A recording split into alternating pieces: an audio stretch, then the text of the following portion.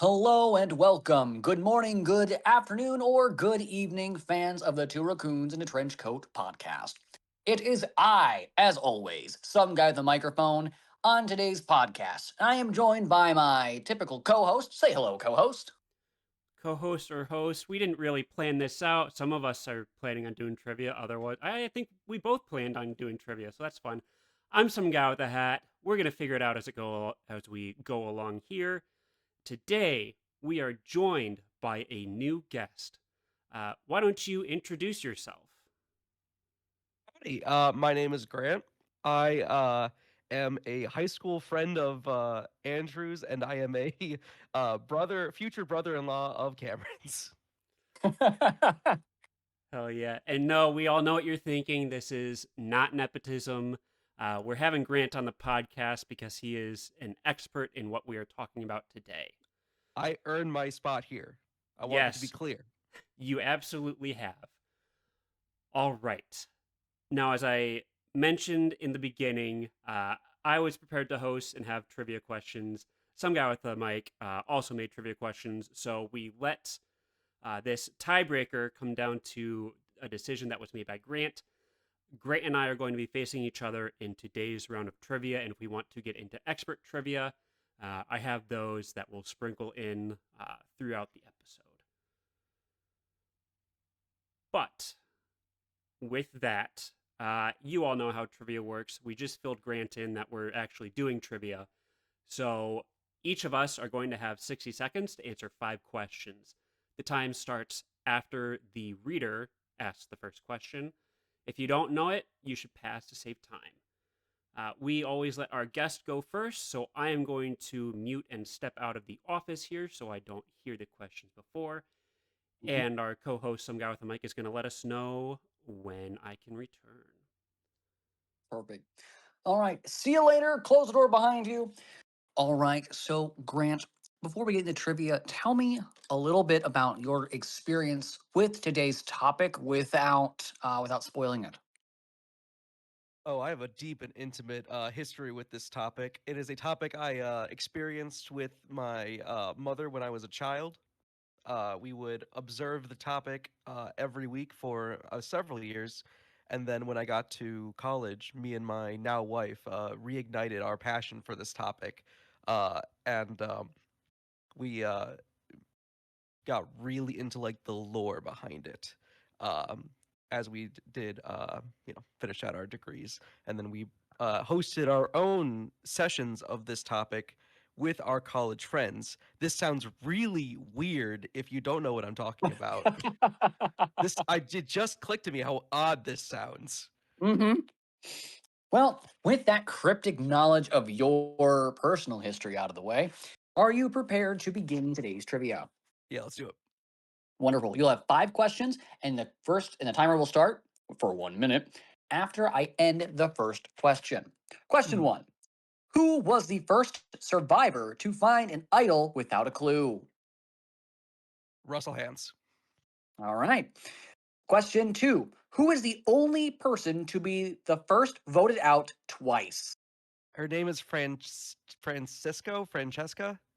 She was in Survivors 22 and 28. I can't remember her last name though, but her name is Gotcha. Francesca. I'll take that. Question three: What is the most common tribe color? I feel like it's blue. All right, good answer, good answer. Question four: What survivor holds the record for the most votes cast against them in a single season? How much time do I have? You've got 13 seconds left. Yes. All right. Question number five: How many seasons has Boston Rob Marino been a player? 5. Our, our time is up, but I will take that answer. It was just at the timer. Okay, all right. Before I give you any answers, we'll wait where our co-host comes back. How do you think you did? Solid 3.5 out of 5. Awesome, awesome. All right, let me grab our. Also, I gotta correct something. She was in seasons 26 and 22, not 28. I know where I fucked up there. I just want to make that very clear. I I just want for the the nitpickers in the audience. I just want to listen. make I clear got I'm the not an question idiot. right, just not the specifics. All right. Yeah. I felt like I was out there for a long time. Did that text just not come in? No, Again? no, we No? Okay. I made our guest feel deeply uncomfortable. Oh, perfect. That's what we're He all about did. He here. did do that. That's perfect. All right. Well, guess it's my turn. It is indeed. Are you ready? I've been waiting to play this game ever since it came out. I grew up with this, so yeah, if I don't win tonight, it's all over for me. It's all downhill from here.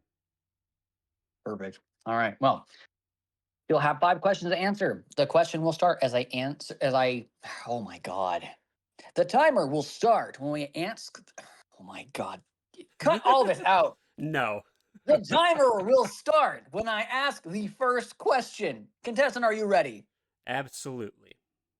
Question number 1. Who was the first survivor to find an idol without a clue? Oh, jeez. Um, Grant. Okay. Question number 2. Who is the only person to be first voted out twice? Oh, God. Sandra. Okay. What is the most common tribe color? Yellow. Okay. What survivor holds the record for the most votes cast against them in a single season? Oh. Um. Oh, geez. 15 seconds left. Boston Rob. All right. Question number 5. How many seasons has Boston Rob Mariano, been a 5 player? And time. with We have 152 days played. 2 seconds and 622 milliseconds left on the clock. Okay. Our guest got it right at the buzzer. Okay. Host, co-host, whatever the hell you are today. How do you think you did? I'm really glad that last one was in there because that's very similar to one of the questions I had prepared. Oh, Other than that, man, I am not confident at all. let's go over and see the scores. Question number 1 was, who was the first survivor to find an idol without a clue? Grant, what was your answer? Russell Hantz. God damn it! I Uh, was thinking that he's my favorite player. God damn it! And what did you say? Some guy Russell with a hat? Hands. What did you say? Some guy with a hat? Russell Hands. It's a Grant. The answer was Gary Hogboom. Oh, Oh my God, you're right. Oh my Lord, that was. Oh yeah, nope. I know. whew. Okay. Because I there mean, weren't clues back then. It was the first one. They didn't have clues back then. yeah, I also looked it up because another one of my questions I had was about the first idol. Um, and one of the reasons why I love Russell so much is he found a ton of idols, like 3 of them, without clues. So, Yeah, I think that's getting away on a technicality on that one. yeah. Mhm. Question number 2. So the score is currently 0-0. Question I number like 2. those odds. Who is the only person to be the first voted out twice? Some guy with a hat. What was your answer? Sandra. Sandra. And Grant, what was your answer? Her name is Francesca, but I don't remember her last name. We will take that. The answer is Francesca Hoggy. Yeah, Or Hoagie. I don't know. Hogi. I remembered it being a woman, but I could not. Yeah, she was funny because she was the first voted out in her first season, and then it was fans versus favorites season, Mhm. and then she was the first voted out again. It was wonderful. Yeah. True national icon. Question number 3. What is the most common tribe color? Grant, your answer? Blue. Correct. And some guy with a hat. What was your answer? I said yellow. Correct. The most common color is, in fact, blue. Put 2 points on the board so far for our guest. It's not looking great for some guy with the hat here. Question number 4. What survivor holds the record for the most votes cast against them in a single season? Grant, what was your answer? I passed. I couldn't figure it out in time. That's right, you did pass. Some guy with the hat. It's your chance to get on the board. What was your answer? I said Rob just because he's played the most days out of anyone. But if I That's had, fair. like, the person I was thinking of first was the only guy the first guy who successfully played his shot in the dark, and he got like 11 votes against him in a single night. And it was a unanimous vote, and he didn't go home because he successfully played that. I don't remember his name, but that's Yeah. The You know who it answer. might be? You know who it might be? I'm gonna take another guess now that we've had Okay. like the stress of the clock taken Yeah. away. Nope. I feel like it's the guy, and I don't remember his name. He's from season 38. He got voted out, came back into the game. I feel like it's him because he got voted out like third, maybe from like Exile from from or Edge of Extinction, something like that. Edge of Extinction. It. Also could be like it also just could be Russell, just because he like got 3 times people tried to snipe him in that season. He just kept having immunity idols. Yeah, but God, it's tough because Russell played 3 times, and both the first 2 times he made it to the end. Yeah. So it'd have to be, and the third time he didn't get enough traction to really get off the ground. well, he was voted. So I guess we're pivoting. Russell, the last time he played was either Extinction or Exile Island. They voted Ozzy out in the final round before the merge so that he could win, and so Russell couldn't get back in the game. So Were they in the same season? I think Russell was season 22, and I think what you're talking about is season 23. Because they did definitely vote Ozzy out to knock out someone who was really good at challenges in season. well, I thought that was Oh why boy. Russell blew up. He's like, I'm never playing this game again. No, you're correct, but about 2 different seasons. I think that the 2 events you're talking about are both happened, but they were different seasons. Okay. Because who came back with Ozzy? I think that was Coach who played with Ozzy in that season. You guys are going to love the answer Possibly. I have. Possibly. I'm looking it up right now, but we'll reconvene Yeah, at this point later I on. know who the person who has the least amount of votes at tribal council, but The answer is Karishma Patel.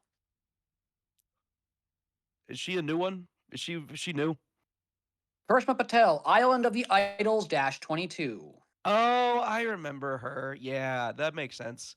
People wanted her out for like no reason. I remember. So no points there. We're sitting at 2-0. It all comes down to this. Question 5. How many seasons has Boston Rob Mariano, been a player? Somewhere with a hat, what did you say? I said Boston Rob. Yeah, how many seasons has he been a player? Oh, did you ask how many seasons? Oh, Yeah, yeah. you answered 5. Sorry, I'm thinking about the question I wrote for trivia. 5 Indeed, seasons. 5. And how many did you say, Grant? I also said 5. You are both correct. It is 5 seasons. Nice. With Well, that, the final score comes to guest 3, home team 0. And that's the game, one. folks. Thanks I for got joining one. us. Thank you. Thank you. Look, we take Technically, you one tried to All say cheer. right, your you did answer. actually. You said I your was answer so was used to Boston us Rob. not having points. I just went, nah, we don't get nothing. Yeah, we Is are this the so bit you used hire to. like a professional to get on the podcast to mog you in trivia? Is that the bit? I mean, that's how it goes. I don't. I think there's. Typically, we invite people who are very passionate about the topics at Mm. hand. And either some guy with the hat or myself are not as passionate about said topics. Yeah. In this So case, I think Hat is incredibly passionate about this topic. I have seen this topic a total of, I was probably 8 or 9. I had the video game for the PC, and that was my extent of knowledge of this entire franchise. Mm. yeah, usually, like if I'm really into something, you say, "Hey, let's do this for the podcast." I would host, make the questions, and some guy with a hat or some guy with a mic would have to go up against another expert. So yeah, we don't set ourselves up for success very often, um, and I feel like I blew one of my only chances to succeed. So thank you. All right, on to the episode itself. We are talking about Survivor today. This is being recorded just a few days before season 50 drops, so I think it's a great time to look back at what's great about the show and share our thoughts about the upcoming season. Um, first, first, I'd like to say we are actually, in celebration for this episode, we are recording on a deserted island tonight. We intentionally crashed our plane. We don't know where we are. So if our audio sounds a little off, that's why. For those of you who don't play Survivor but do play the game Peak, we pretty much just reenacted the start of Peak. I'm intentionally not eating so my hunger gets low enough. All right. I have no tattoos. I will be delicious. Jeffrey Dahmer joke. All right. Grant, what's your history been like with this show? Like, have you watched it ever since it aired? Did you catch up? Have you picked and chose some seasons? Like, how do you watch it? Yeah. Survivor started about a month after I left the womb, I think. So, uh, you know, it's been going on since I was born. My mother watched it a lot when I was growing up, and so around 2000, I think 2009, I started to watch it with her. I started at season, I believe it was 18 Token Teens. And we would watch it. And I remember I came in halfway through the season and I was like, "The show is really good." I was specifically enamored with like Coach because who, when they're 9, is not. Um, and then like the next season had Russell Hands, and I was like, "Oh, this is awesome." And then the following season had Russell Hands, and I was like, "Oh, this is awesome." And then the next season did not, but then the next season did, and I was like, "Oh, this is awesome." And then they brought his nephew on, and that was a disaster. And I was like, "Oh, this is awesome," you know? Yeah. So I think I watched when I was a kid seasons 20, maybe 18 through maybe 25, 26. And then I kind of stopped because that was when I was going into like high school and I just kind of lost interest. And then when I got to be in college, me and my now wife, we were snowed in at college. We couldn't like leave because there was too like blizzardous to leave because we live in Michigan. Um, so we were trying to figure out something to watch, and I was like, "Hey, there's Survivor on Netflix. I used to love Survivor. Do you want to watch Survivor?" And Mia was like, "Yeah, sure, if you want to." So we watched seasons 20, Heroes and Villains, and 28, Kagayan, and we were like, "This is awesome." And so we decided on that day we were going to go back and we were going to watch every single Survivor season in order. Yes, we are lunatics. So we watched through season 1 over the next like 2 weeks, and then we've been steadily working through all of them. This was about 5 years ago. Um, uh, the summer after we started watching, maybe we're on like seasons 6 or 7 at this point. We get the idea like we like to host events for our friends, and we really like Survivor. Why don't we try to put on our own Survivor? Yeah. So we did that in like May of 2022, I think, something like that.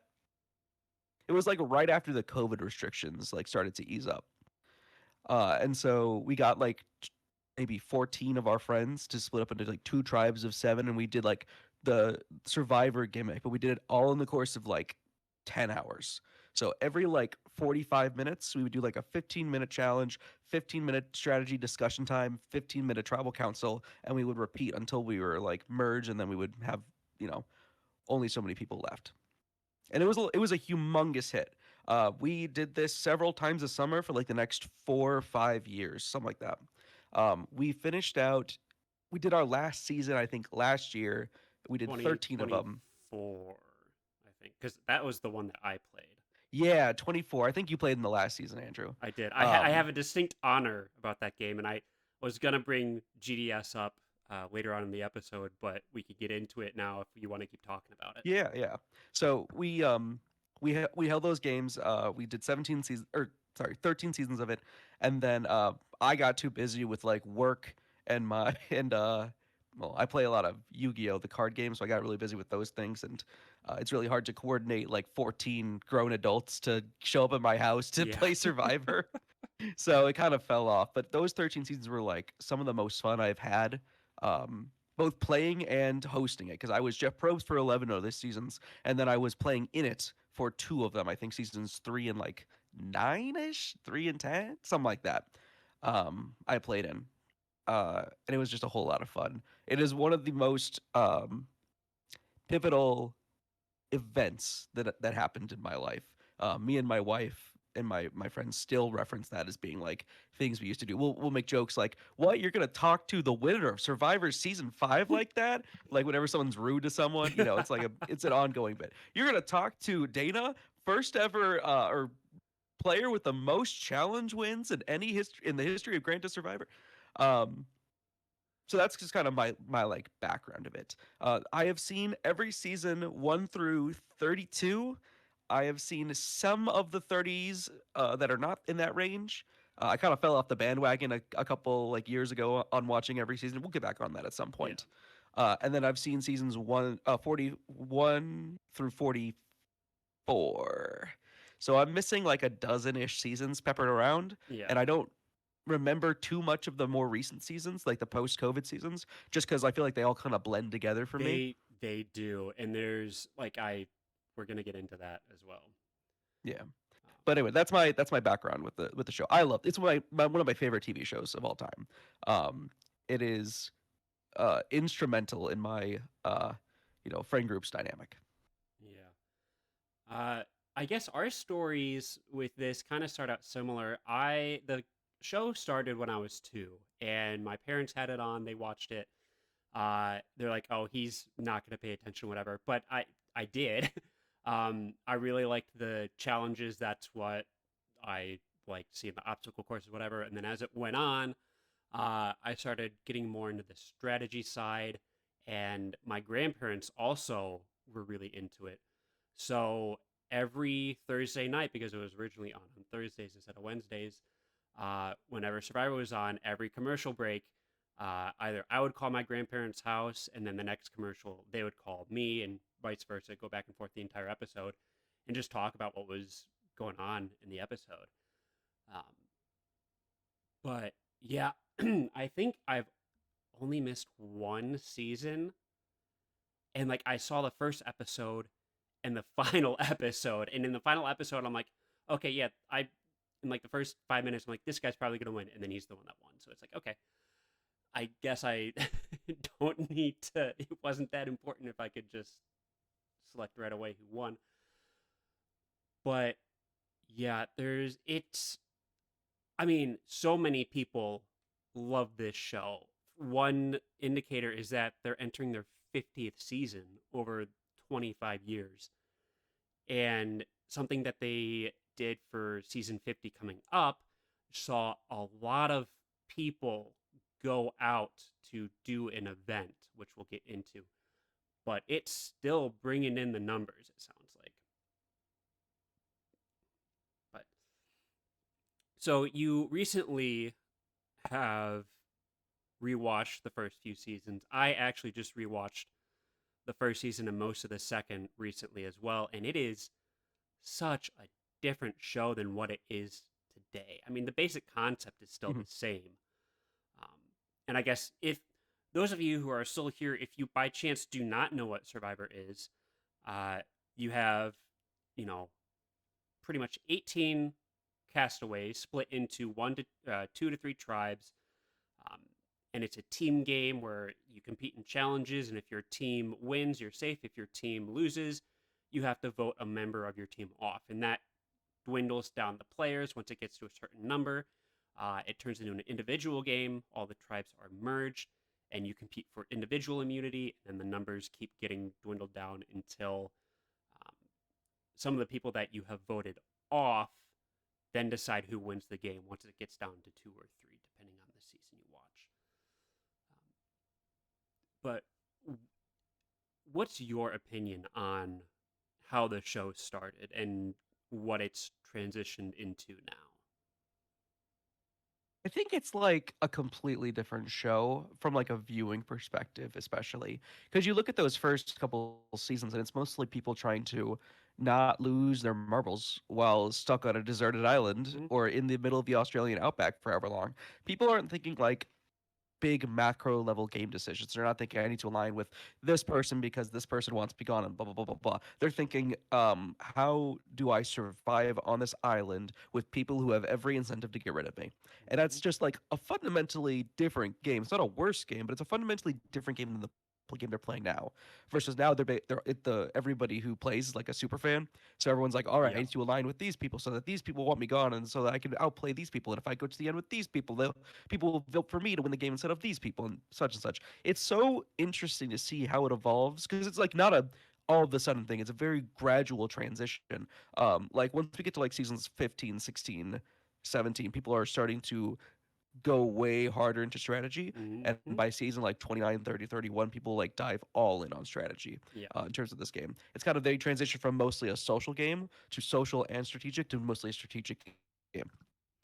And it's just a completely different game. It's fascinating to see the origins. I think like the biggest change they ever made was the introduction of the hidden immunity idol. I The was gonna say the dynamic exact that same thing.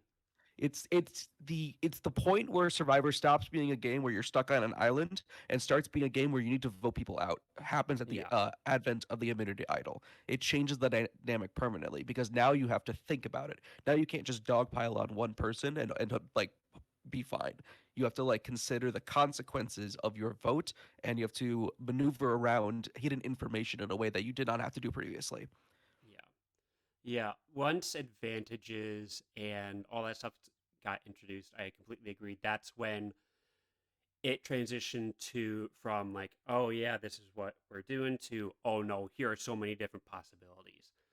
And it's Yeah. funny rewatching the first few seasons because like even in season one, there were people who are like, oh, I don't want to be in an alliance.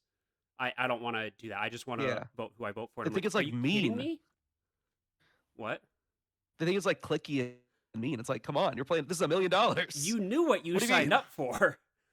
Yeah, it's like being the only person who knows how to play chess at a chess club. You know. I just like to Um, move the horse.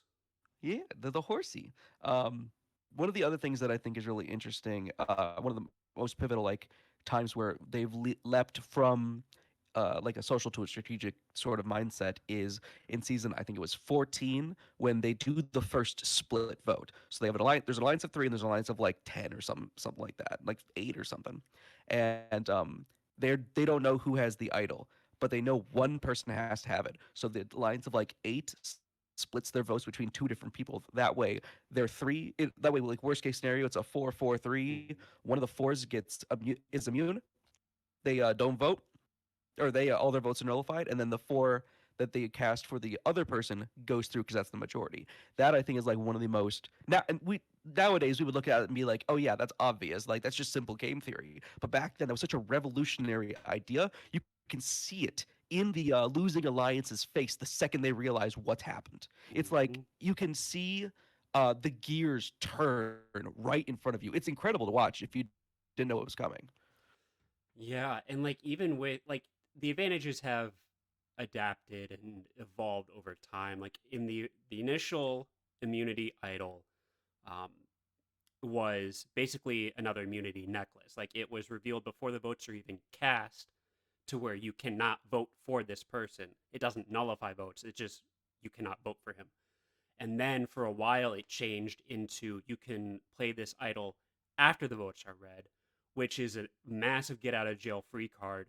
Um, and then now in its implementation, which it's been like this for the past over 10 years, um, you have to play it after the votes are cast, but before the votes are read. So you don't know if you're getting any votes. Um, but you having that idol doesn't implicitly affect the voting um, right at tribal. Andrew, what do you think about the advent of like the crazy advantages? Because I think it's like a slam dunk amongst fans. The the hidden immunity idol is incredible, but the other advantages that people have seen have been more controversial. What are your thoughts on that? So I feel like a lot of the other advantages are just resume builders. Like take the knowledge without power advantage or the knowledge is power advantage. Um, you have to know if someone has an advantage. You approach them at tribal council. If they have it, they have to give it to you, and if they don't, you get nothing. Um, a lot of that, yes, if you get an idol, that's great. But if you play it correctly, um, it's a massive resume builder for the jury. But also, if you have an idol and you pass it off to a friend or something, or maybe have lied this entire time about having an idol, and someone plays it against you and you don't have it, that's also a massive move on your part. Um, so Mhm. it's rare that I think it affects the gameplay in a meaningful way outside of that fact. Um, but I'm not like, oh, this is the worst thing ever. I would like to see them do a season where there are no advantages whatsoever again. I think that would Yeah, be like a really back to fun. basics season. Yeah, do two tribes, um, no advantages. You know, I'm. You can have it a shorter season. The 39 days is absolutely insane. Um, Yeah, they don't even do 39 days anymore. No, and I think so. They started the condensed seasons in season 40. And that was right around COVID. So I think they initially built those other days into like that 2 week period um, Because of that's the quarantine. quarantine Yeah, zone. and then I mean the season worked. It was a hit. It was a faster paced game. So I think they're sticking with that now, which is fine. It doesn't affect the viewership at all. It's just the See, that's players. interesting because I actually really don't like it. Okay. So my thought process is when you are voting people out like e- every day, because the functionally once you get to like a week or two Yeah. in, Yeah, like I see immunity your point. challenge, it's like a day of challenge. It's a challenge. Next day it's a tribal. Next challenge, next is tribal. So always something to do. You don't have time to stew, and I think that that's one of the most important aspects of like getting people to play a more social game. There's not enough time for you to become sufficiently annoyed with people, in my Yeah. opinion. And I think that really impacts the game. Yeah.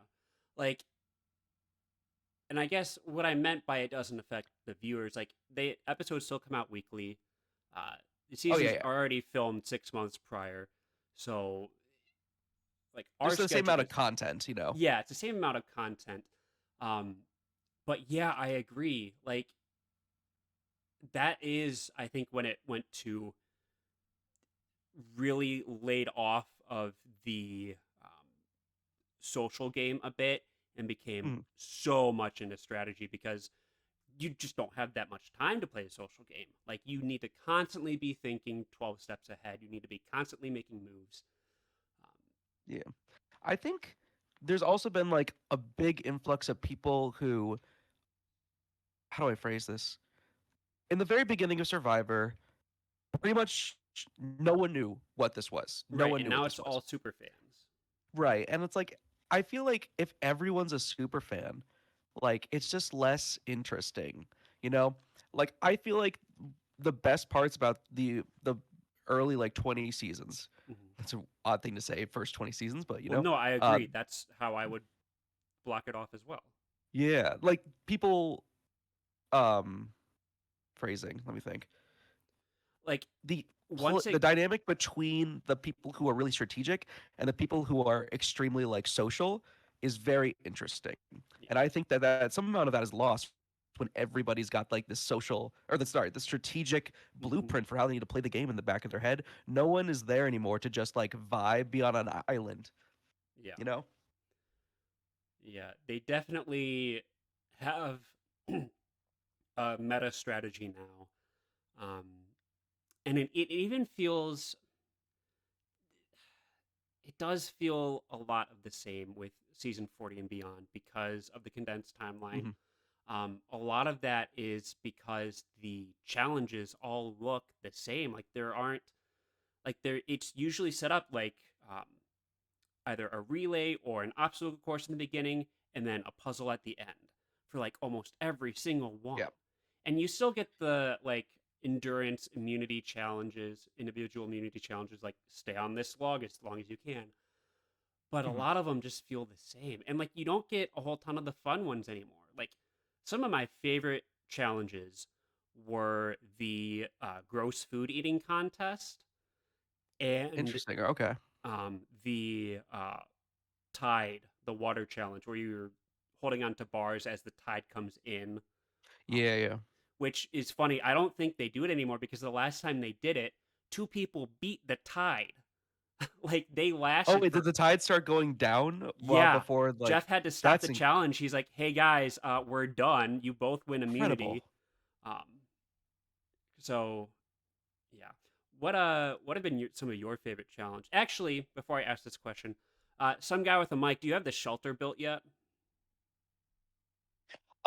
So I was building the shelter, but I found this really cool crab, Mm-hmm. and he gave me some coconut water, and now we're discussing the philosophy of the universe and how if we decided to make like the 50th season of Survivor into like you didn't get to like you no longer get to like go for a casting call. They just like it's like picking the Pope. They just send you like you're gonna be on season 50 Survivor. Good luck to you, and then they come kidnap you.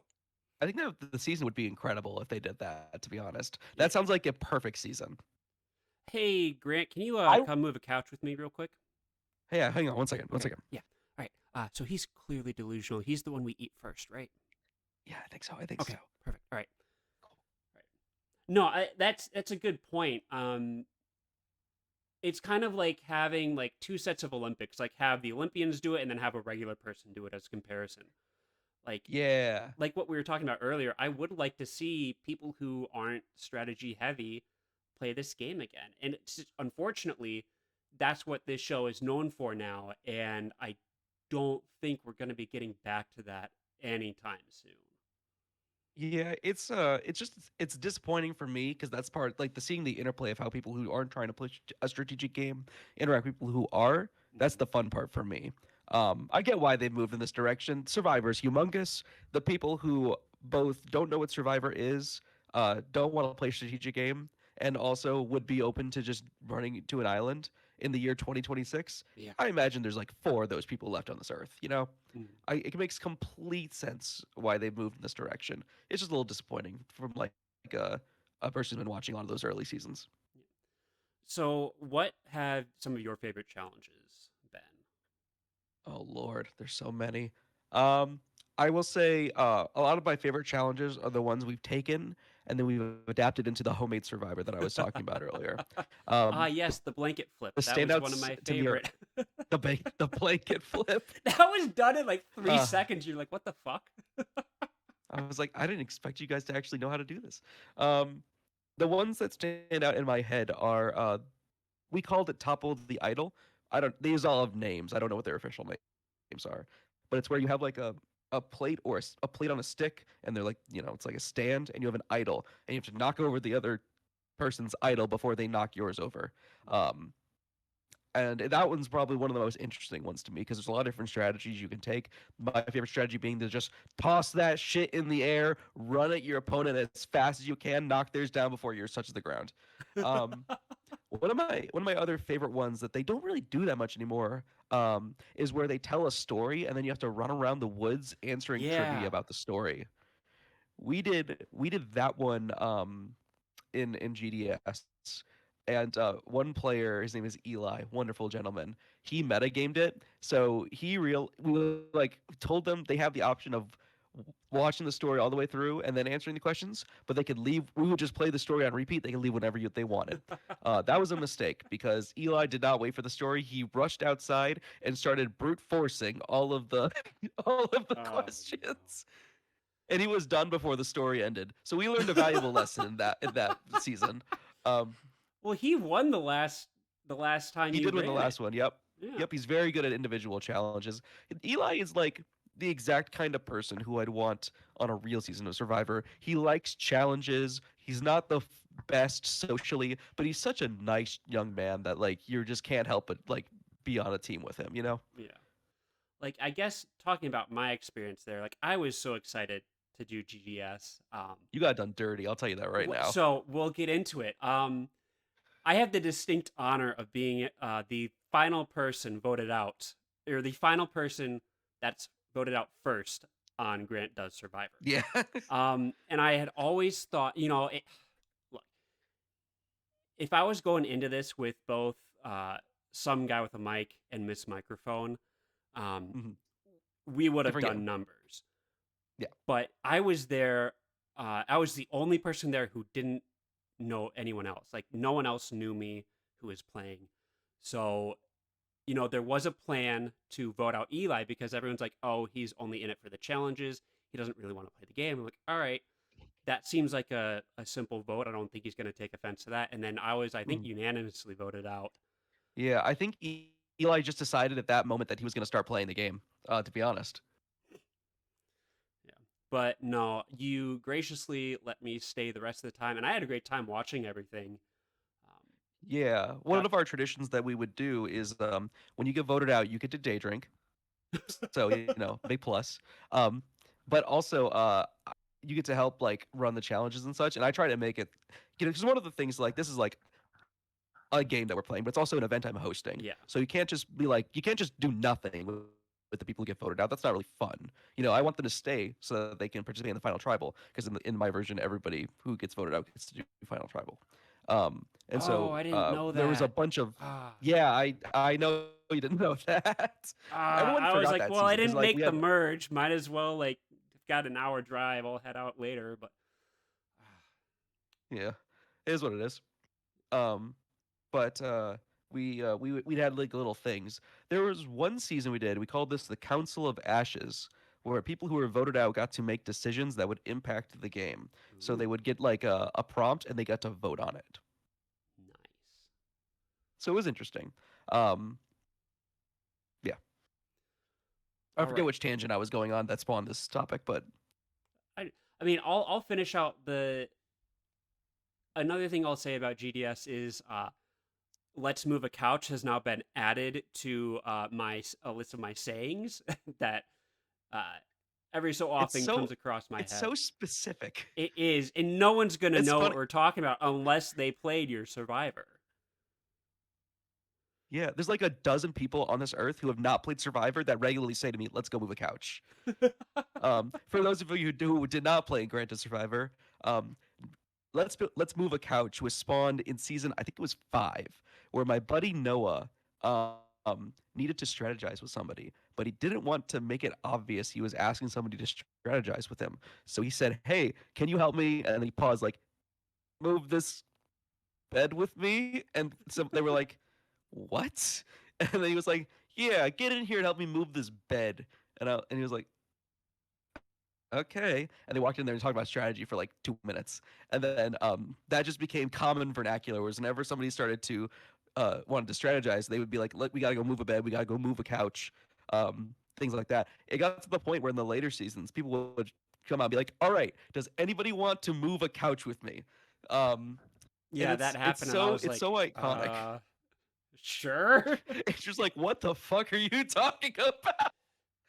Sitting in my apartment, like, are you just gonna move Grant's bed and not like talk to him about it? I think his couch is in the right place. It was very funny. Very equivalent to Sam's step into my office bit. Yeah. All right, let's pivot to favorite players or who you think the best one is. To name a few that everyone knows, Ozzy was a beast in challenges. Boston Rob and Parvati are great, charismatic people who were massive manipulators behind the scene. And I use that term in a good way in the context of this game. And then you had players like Cochran who really advanced the whole strategic focused gameplay. I think he coined the term voting blocks. I'm not too positive on that one, but that sounds right to me. It was, if it wasn't him, it was that time period. Yeah, it was around then. It was like in the season 30s. Like we've mentioned, my favorite player is Russell Hantz. He was an absolute menace. It felt like he was really the only one playing the game his first season. He got his core 3 alliance of, he called them these dumbass blondes. Um, which one of them he took to Didn't the end. particularly age particularly well, but No, it was well, 2010. well, and that's another thing. Like, in the early, like season one, in like the reunion show, they're throwing slurs around like it's nothing, and it's like, okay, that's interesting. Um, but yeah, Mhm. I mean, one of his, I mean, even Jeff said in Russell's first reunion show, like, yeah, one of your dumbass blondes beat you because he's come Mhm. in second twice. Um, yeah, he's the one that threw Yeah. people's socks in the fire. Um, he found so many Yeah. idols. He's a menace. He's so entertaining to watch. What about you? It's Who's on your list? man, there's a lot. I really there. Okay, I'll talk about three people in particular. Okay. First one I'm going to talk about again is Russell Hands, Hmm. because he is. I think it's disputed right now whether he was actually good at the game. I think he was pretty good at the game, um, but a lot of people are like, no, he has no social game. Blah blah blah blah blah. I think that we don't talk enough about how revolutionary it is to think that there might be an idol hidden at your camp before you even get a clue. Like, Hmm. it makes so much sense that they would put the idol there. That way, they can give you the clue whenever they want. And who's gonna go looking for an idol without prior knowledge of its location? That's insane. But Russell Hance is insane. So it's such a wild. Now people just look for idols. Hmm. Like, they just go there with the expectation there's an idol somewhere. We did a season of GDS. We didn't hide any idols for like the first 3 rounds, and people were still looking for them. We didn't give any hints. People were just looking. It's remarkable how much he changed the metagame of idols and such. Another player I want to talk about is his name is Jeremy. I forget his last name. Jeremy Cole? I don't know. I think I know who He you're won talking season. about. Yeah, he won season like 31. He won second chance. Uh, Yeah.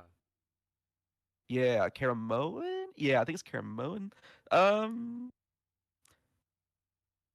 Hold on, it's coming to me. He won second chance. Um, he. How do I phrase this?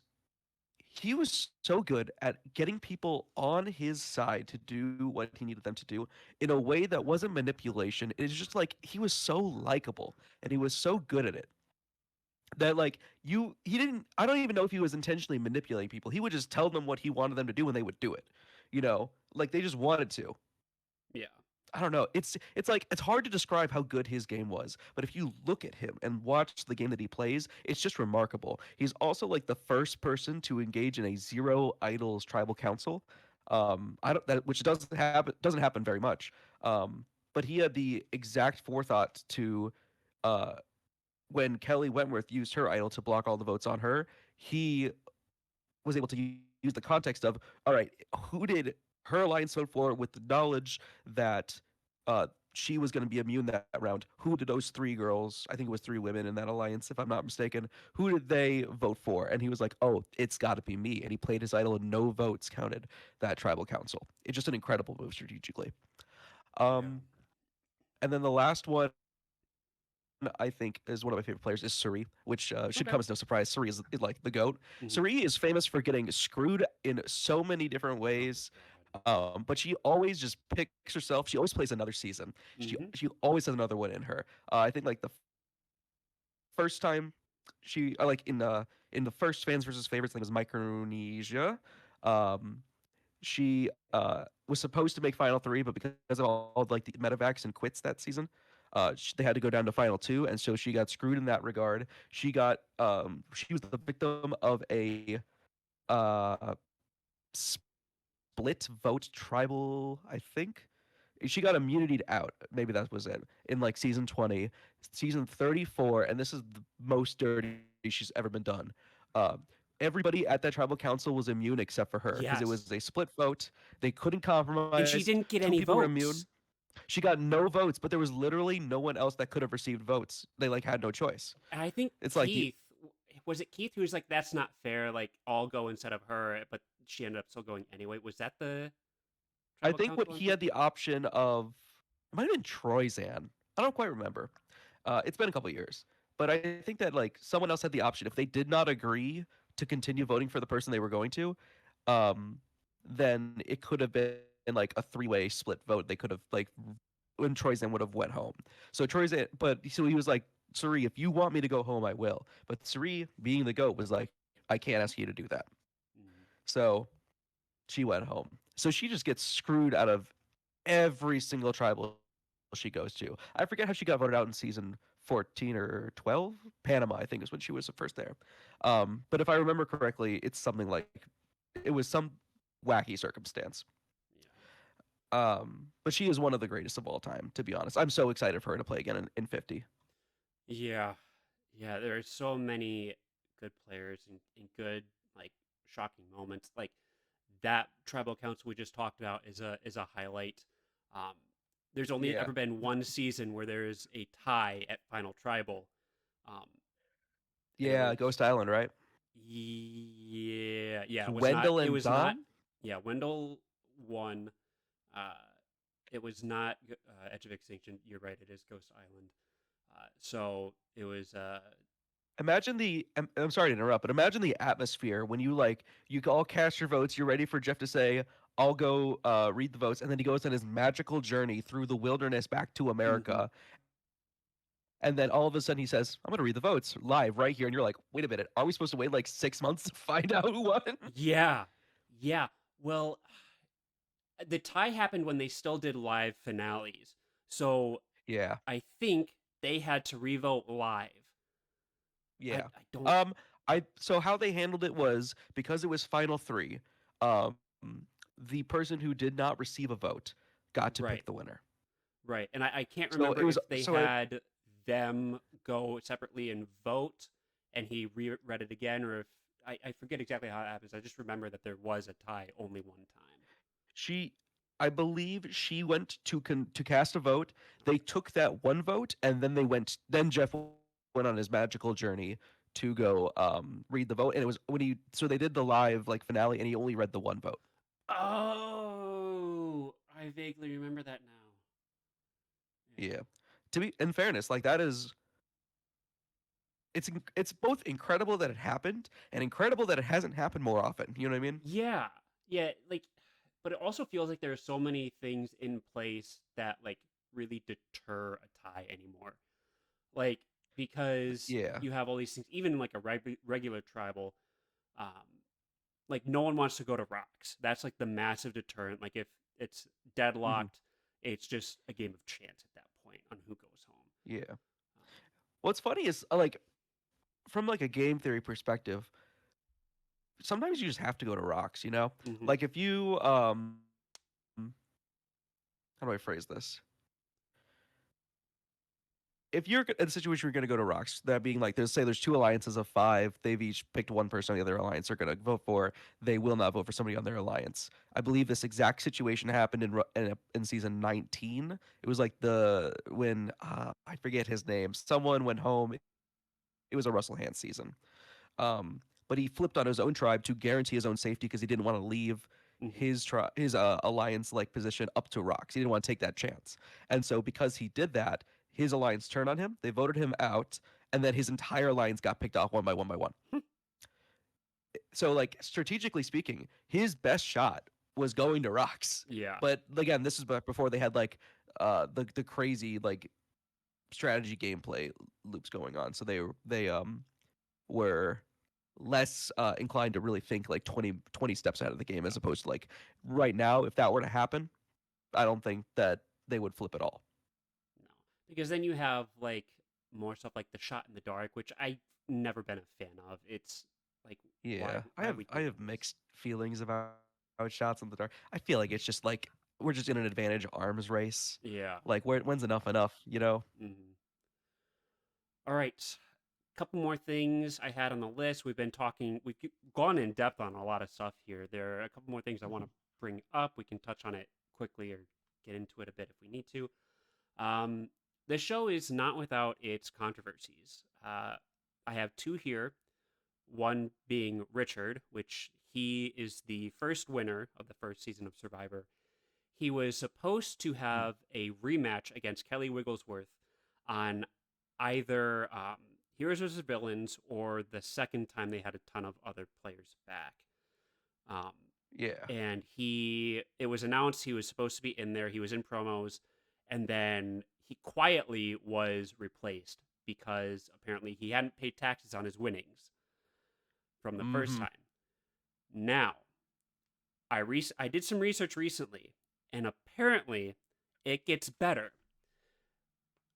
He accused Kelly Wigglesworth of cheating because the producers and people on set would like toss her power bars or like small food or whatever, and he caught them and he went to Mark Burnett, the main producer. He's like, "Hey, this isn't fair. What the hell?" And he's like, "All right, well, if you win, I'll pay the taxes on your winnings." Of course, he won. Taxes never got paid. They went to court, and I guess Survivor won. They're like, no, the original deal is that the winner pays taxes. So I think he really got screwed there. Yeah, it's weird because you can't like. He's kind of like a bad guy in general. Like He he's was a the weird. only He's a one who weird guy. played the game that first season. He deserved to win. That is true, though. That is true. He was the only one like trying to like win, yeah. and you know, but he is just like a weird guy. He would just walk around naked at his camp. Like that, it was 2000, so it's like the vibes are a little different. But like, Lord, you know. Yeah, it also they threw out like homophobic slurs and just Yeah. called him like the guy in his alliance. He's like, "Oh, I'm friends with, or I'm in an alliance with the homosexual. Like I kind of like him. He's a good player, but not in that way." Yeah. Like um, another Yeah. controversy. The early aughts were an incredible time to just Yeah. be able to look back on. Mhm. It's so funny. One of the other big ones is the dead grandma situation. It This is a was classic. This is a mid classic. 20s season, I think, maybe late teens. It was fans versus favorites. I think it was 16. Okay. There's a reward challenge, and usually before season 40, they'd have after you hit the merge, one of the rewards is they bring family members out, so you get a loved one's visit. This one guy comes out for another guy. He's like, "Oh, hey, cool to see you, but like, I thought Grandma was supposed to be here." And he's like, "Ah, oh, buddy, I'm sorry, but she died." And everyone's like, "Oh my God, no!" He doesn't win the reward challenge, but everyone gives it to him in condolence. Um, Turns out, the producers called the family to see what they could do. Jeff calls, and who picks up? The grandma. Just an incredible lie. Like, it's just an incredible that someone would have the gall to do that. You know what I mean? Yeah. Like this It's was just pre-planned because like it's not like he just found out about a dead grandma on the show. Like it was all a Yeah. performance. It was planned out before. What was his name? I can't remember his He name. didn't end up Johnny winning. Fairplay.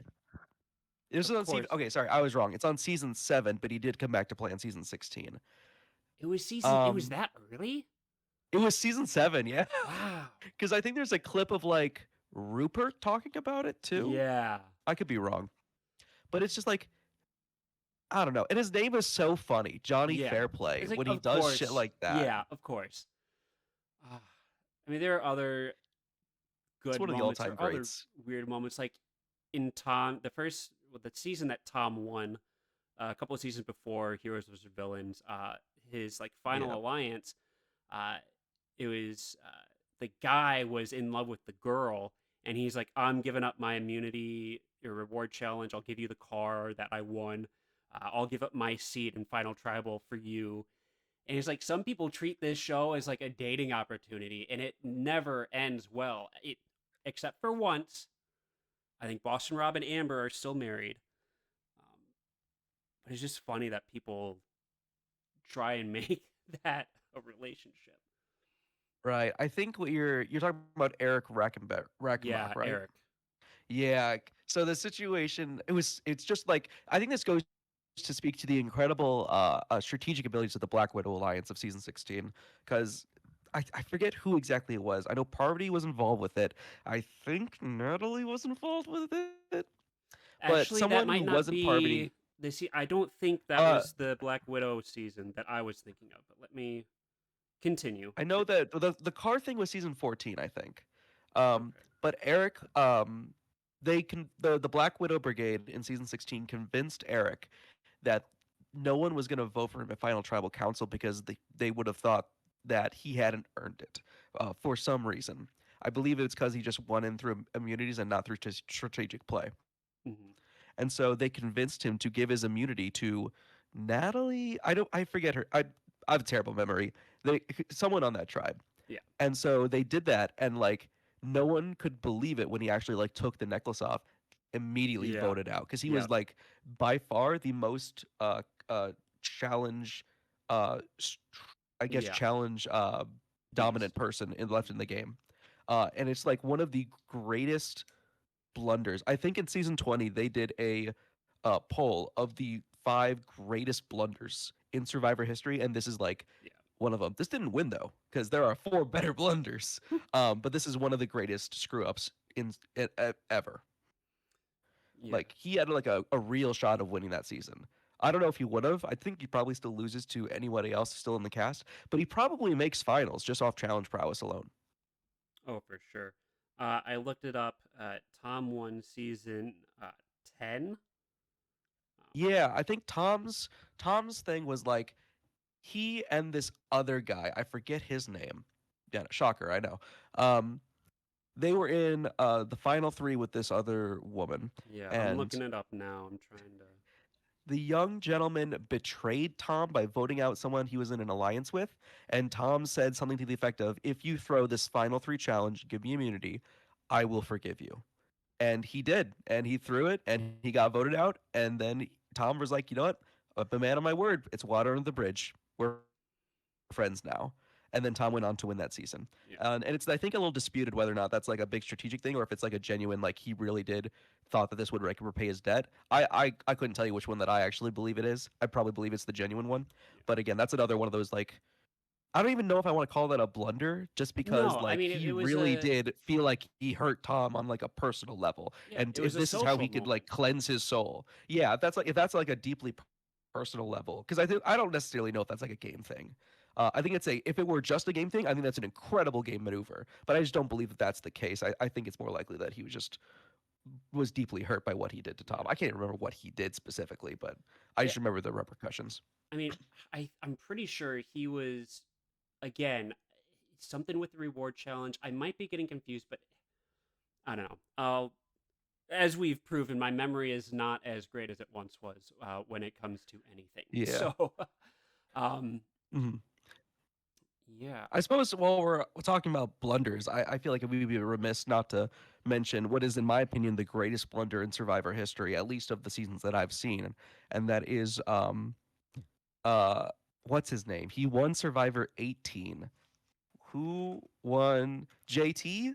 When JT gave the immunity idol to Russell because he thought Russell was on the outs of an all-girl alliance because Parvati, who was Russell's primary ally, in a previous season was in a all women's alliance. So JT made the assumption that because men kept getting voted off, this is more coincidentally than anything.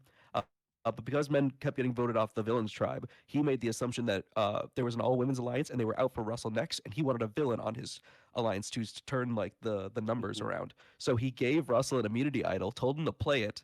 Russell doesn't play it and uses it to idle out JT. It's just an incredible blunder. How did you screw that up so bad? I remember that again. One of the reasons why Russell's the best.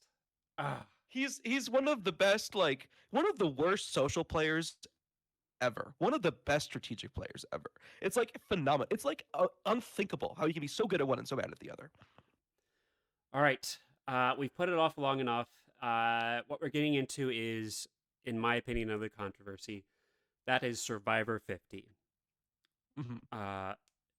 Do you want to tackle how we think the show's going to go, or the real life event that happened first? I'll leave it up to you.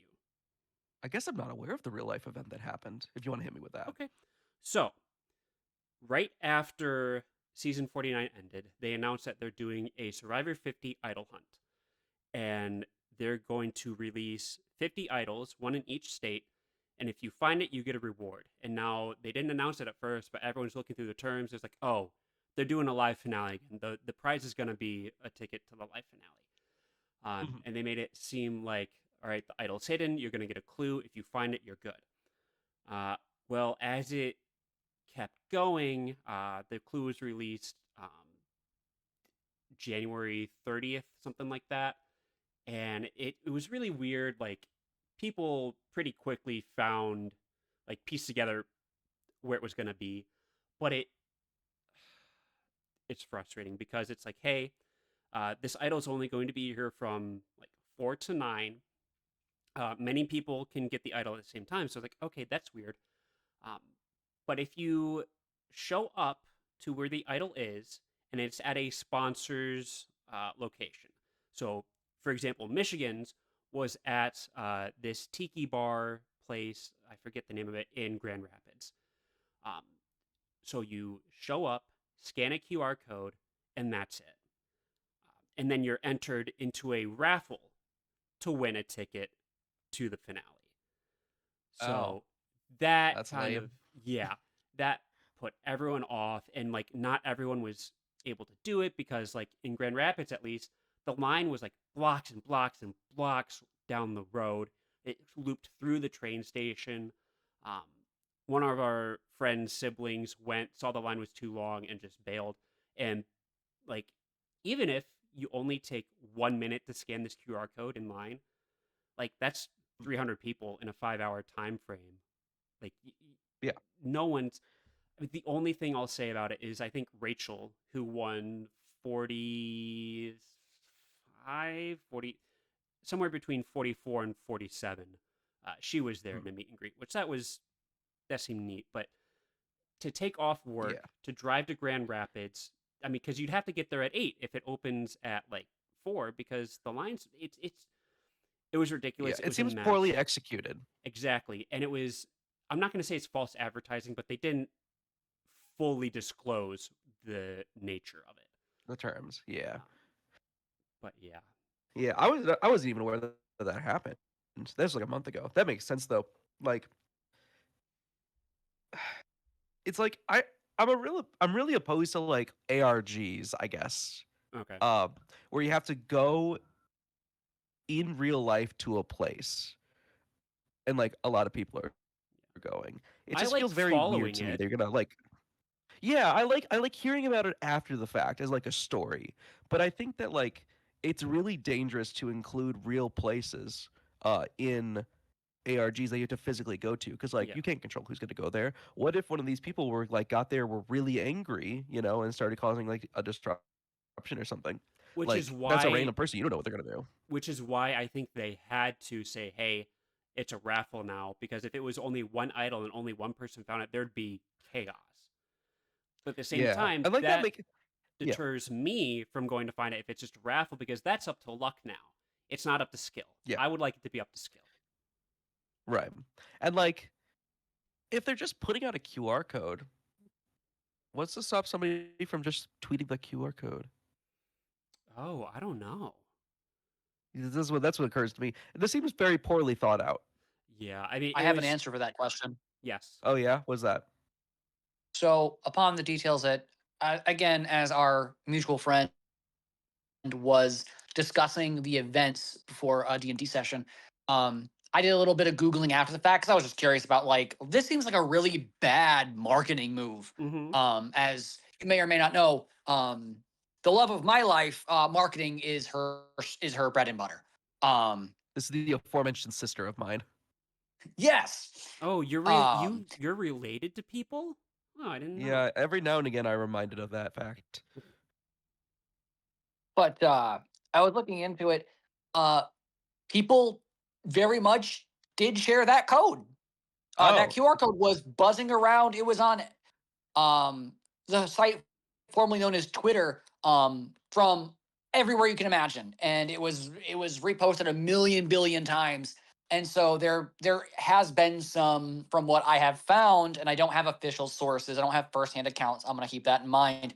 Um, there is now calling to question, like, hey, if you could scan this QR code from theoretically not from your state, are some people in it for 48 states with Okay, hear me out. 48 separate Hear chances? me out. You never had to be a resident of the state you found it. So if you took a road trip, because it was not live all at once, like it was scattered. So like Michigan was one day, Ohio's the next Right. day. You could take a road trip if you wanted and scan it multiple times. So yeah, theoretically, some people can probably enter 50 times. Yeah. How does the entry system work? Do they just like take your email and like see what happens? So I mean, Because I think what's you already had to sign up an email to create like a CBS Survivor account. yeah. But I think you scan the QR code and your information is entered into the raffle. Okay. Because my thought is like, what's to stop you from like scanning it like 40 times with like 40 different Yeah, people? it's one email address. Right, but like, what's to But stop if me you, from making like yeah, a bunch of fake emails? I don't. There isn't. Okay. Okay. Because my thought is like, if That's there's a I was going to touch on CBS, that next. yeah. Was there? Put it this way. I'm pretty sure this will never happen again. It shouldn't. This was Probably. abysmal. Yeah, it's really rough because like the whole theme of this season is that they wanted the fans to be able to select different aspects of the game that would happen, Mhm. and so I think it's really interesting to get fans involved in like really specific ways. This seems like a really good way to get fans involved in that way, um, but like it's so poorly executed. Well, another thing that's poorly executed, I think, is Survivor 50, the season itself. Like Mhm. when we heard, because they haven't had returning players on for 5 years. It's been 10 seasons at least. Yeah, Um, so all these fan favorites are coming back. Um, and I was really excited. They released some cast lists. It was great. And then the trailer came out, and I my heart instantly sank because they are now bringing in outside pop culture influences. Like they have like Billie well, yeah, Eilish idol. they got Mr. Beast doing a They're challenge, sending him to right? the island. Like he's showing up. Like this is not the time nor the place nor the show to do this. Like Survivor 50 is an event. This is not the time to Yeah. try new outside things. Like make it the best season of Survivor that you can while keeping it Survivor. So This should be. I think that like a season like this, you just need to run up the numbers. You just need a lap. You just need to do laps. Like, hey, we're awesome. We know we're awesome. We're just gonna remind you how awesome we are. That's exactly what the season should be, in my opinion. yeah, like the only thing that I think would have topped this. Now many things can top this season, but I still want them to do like a 75th Hunger Games thing where it's like only have victors on, see who is the Yeah, best of the best. Uh, don't have Sandra on. Can't stand her as a player. insane take, but go on. I just don't. Maybe I just don't like her as a person. Maybe not as a player. But yeah, I mean she's won twice. Move on. um, okay. Anything else you want to touch on in season 50 before we get to the last thing here on my list? I'm just scanning through the cast real fast. I think they've got some real bangers on this one. Suri's back, Ozzy is back. Mm-hmm. People who I forgot that I liked, like Christian and Rick Devens, are back. Yep. I am so excited to see Coach doing The Coach dragon. things again. I follow him on Twitter. It's awesome. Yeah. Um, They've got some more players from the latter seasons too, like Joe, right. Camilla, Kevin. Like I'm excited for them as well. But I Yeah. honestly I would have liked more like legacy players. It's one of those things where it's like I feel like the seasons 40 through 49 blend in my mind so much. I have a hard time remembering who was from which season Well, because it they all also feel the same. yeah, it also doesn't help that they've had an exclusivity deal with Fiji for the past however many years as well. Yeah, so they all look the same. Like I can remember the Philippines because first Hmm. of all, it was called Survivor Philippines, but B, it had a theme Hmm. that it was bringing back players who had been medevaced, right? But I remember, players from that season, how they interacted with other players. I remember like the environments, like because the Philippines are hell on earth, is every place. Fiji's actually a relatively nice place, all things Yeah. considered, All they have in to terms worry of about is Survivor rain. seasons.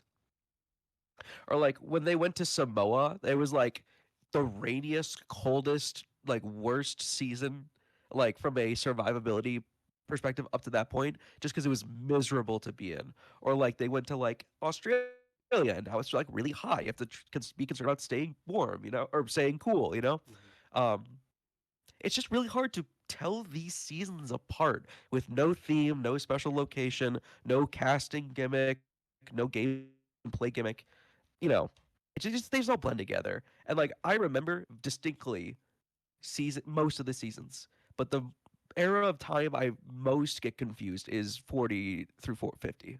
Yeah. All right. The last thing I have on my list here is if you were to be on Survivor, what kind of a player would you want to be? I'll let whoever wants to answer this first to answer it. It's kind of a loaded question. I could go, because mine will be the easiest and the shortest. Mm-hmm. Remember how I mentioned we would pick people at random, like the Cardinals, and just yoink them into the Survivor?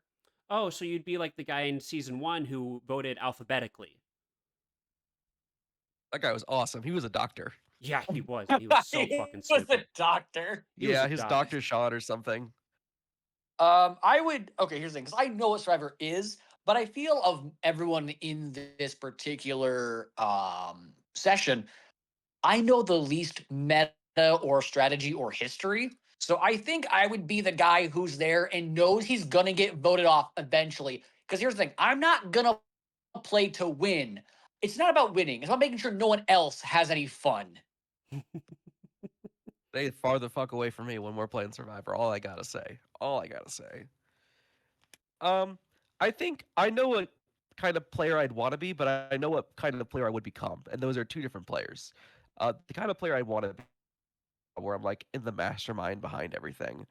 But and I've played Survivor in the homemade Survivor twice, and both times I was like the head of an alliance, and then at some point, I think it was final six, both times they were like, "All right, Grant's gotten too big, he needs to get cut," and so they would cut me.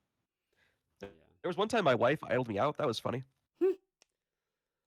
Yeah, like I going into your Survivor, I really was hoping that both Cam and Emma would play that time because it would allow us to fly under the radar. Like I'd want to make sure no one knew that we knew each other, um, and before they realized it, it would be too late.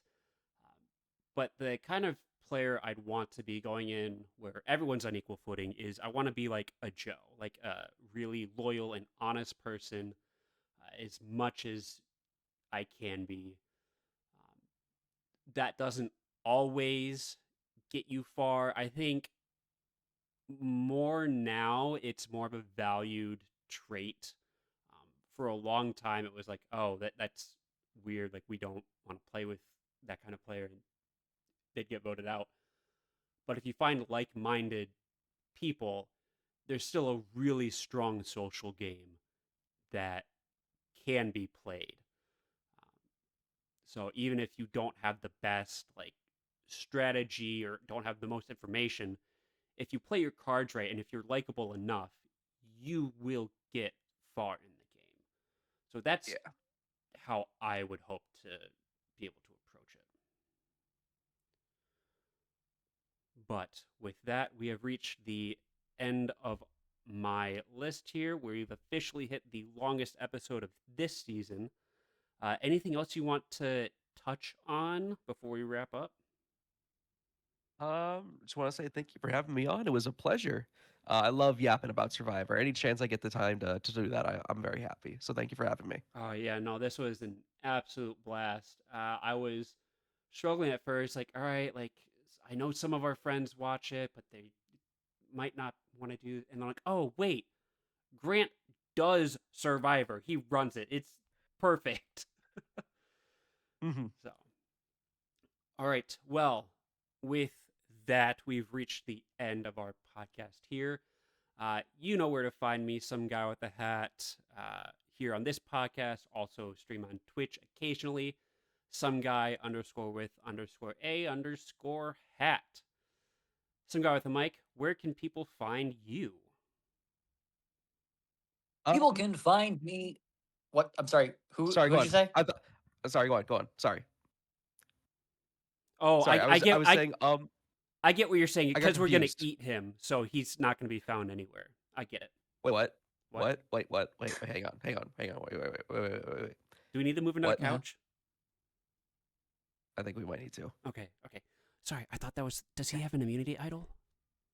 I think we gotta split the votes. Oh fuck. Oh shoot. He The gets to pick crab one. gave me a really weird golden idol thing. He All right. says it's good. I think he's gonna use it on the crab. To be honest. Oh, well, let's just see how this plays out. Hey Jeff, can we have like 5 more minutes? Okay, thanks. All right, yeah. Let's just play this out, see how it goes. Okay. Hey, let's do this. All right. Sorry, where can we find you, some guy with the mic?